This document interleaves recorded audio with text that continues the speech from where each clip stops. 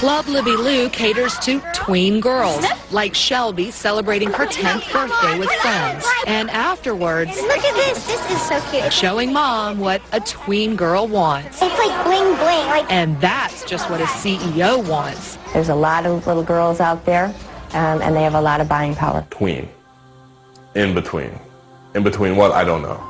I don't know what's before tween, because the bottom end of tween is constantly getting younger. It used to be, I believe, 8 to 12, and now it's 6 to 12, and it can get 4 to 12.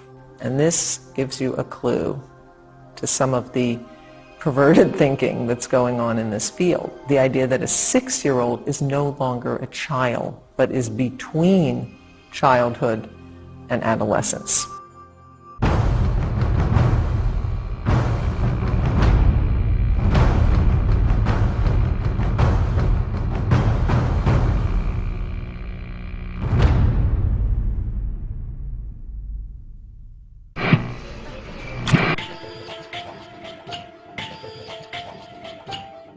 But how to bring about this utopian empire? In his writings, Sir Francis Bacon called for a universal reformation of the whole wide world. To bring about this reform, some believe the secret societies launched a world revolution.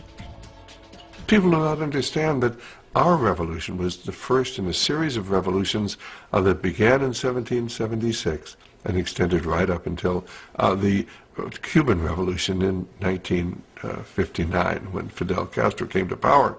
And this is a series of revolutions to transform the world. While most Americans did not fight the War of Independence for the cause of global revolution, it is undeniable that secret societies played an important role and that many of America's founders were Freemasons. Many of them were Masons, but they were into Masonry because, of course, this was the only way that they could protect themselves. This was the only way they could keep from being found out. So they were plotting a revolution. They had to have a means of maintaining their secrecy. I think Masonry was, in fact, used as a built-in network, a secret network in which to foment the American Revolution. They didn't have to put a network together. It was already there. All they had to do was sort of ride on the back of Freemasonry to make the American Revolution work. And work it did with the help of Masonic ingenuity, beginning with the kickoff event, the Boston Tea Party.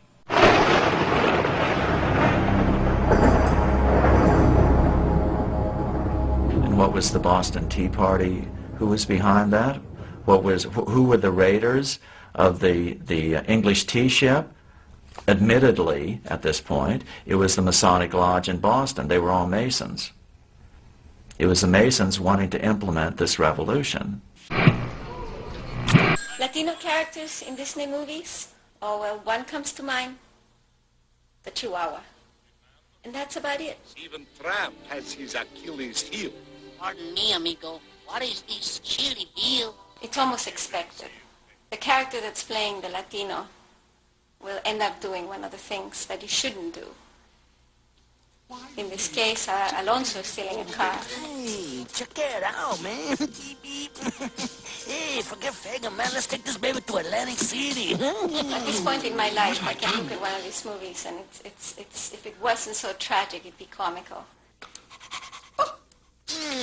Allow me to introduce myself. I am Ignacio Alonso Julio Federico de Tito. Get away from me, you little bug-eyed creep.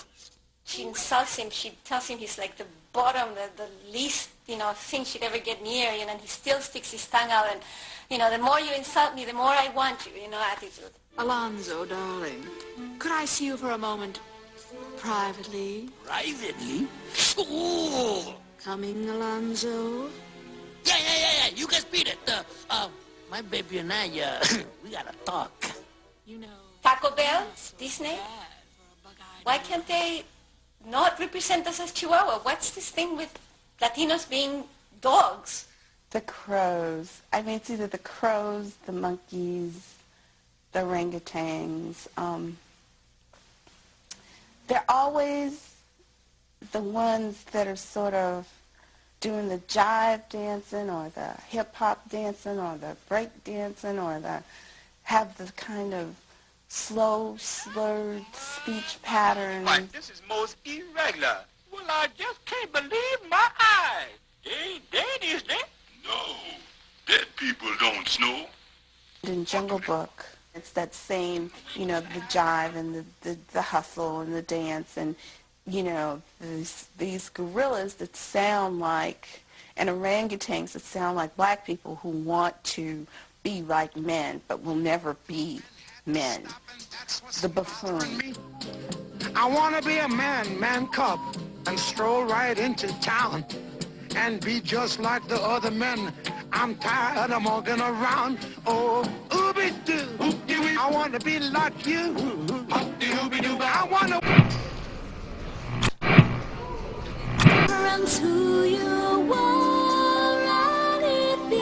I think that one of the things that's so interesting about Disney as compared to other corporations is that Disney has made a spectacle of innocence.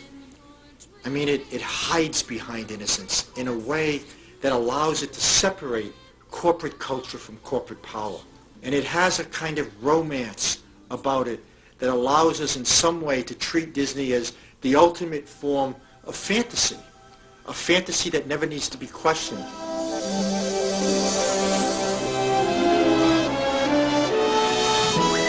Disney is a transnational media conglomerate, owning TV and radio networks, cable systems, internet sites, music studios, media production companies, magazines, sports teams, theaters, and theme parks.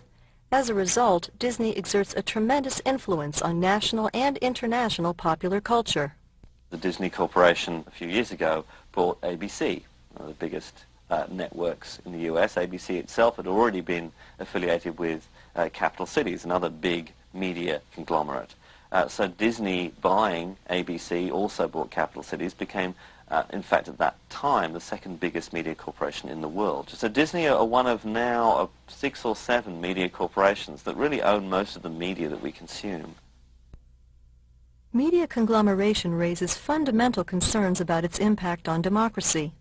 Because enormous conglomerates like Disney own so much of the media, they exercise unprecedented control over the images and messages we're exposed to. The result is that we're presented with a very limited worldview, skewed and dominated by corporate interests.